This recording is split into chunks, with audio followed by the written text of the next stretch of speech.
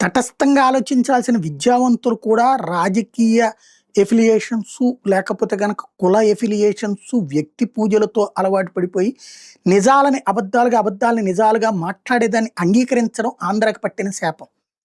విద్యావంతులే అట్లుంటే ఈ రాష్ట్రాన్ని ఎవరూ బాగు చేయలేరు. ఎందుకు ఈ మాట అనాల్సి వస్తుందంటే ఆ ఋషికొండ ఎంత అబద్ధ ప్రచారం అది. ఋషికొండలో ఏం కట్టాలనుకుంటున్నాడో తెలిసింది జగన్ అక్కడ.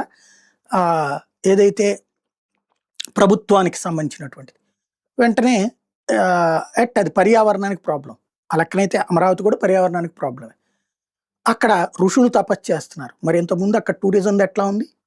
ఇట్లాంటి చిత్ర విచిత్ర వ్యాఖ్యలు దాన్ని సమర్థిస్తూ మాట్లాడుకున్నాం మనకి నచ్చిన పార్టీలకు అనుగుణంగా.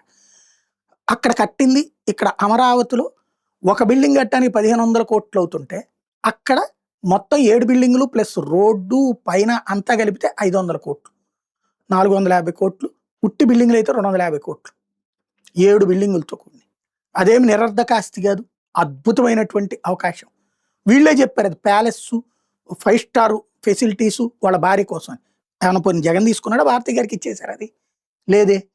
ఇప్పుడు దానికి సంబంధించి 18 నెలలు అయింది, 19 నెలలు అవుతుంది.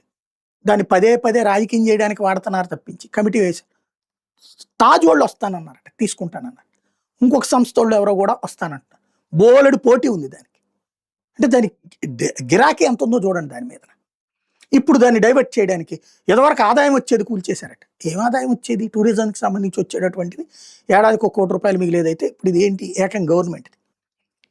అద్భుతమైనటువంటి కన్స్ట్రక్షన్. ఇక్కడ కట్టడం తప్ప అక్కడ కట్టడం తప్ప ఈ చర్చ అనవసరం. బట్ తక్కువ ఖర్చుతో అద్భుతమైన భవనం కట్టారు. దానికి సాక్ష్యం ఇప్పుడు పోటీ పడుతున్నారు అది కావాలని.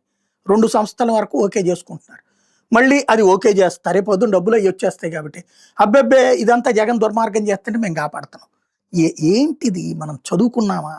ఏమైపోతున్నాం?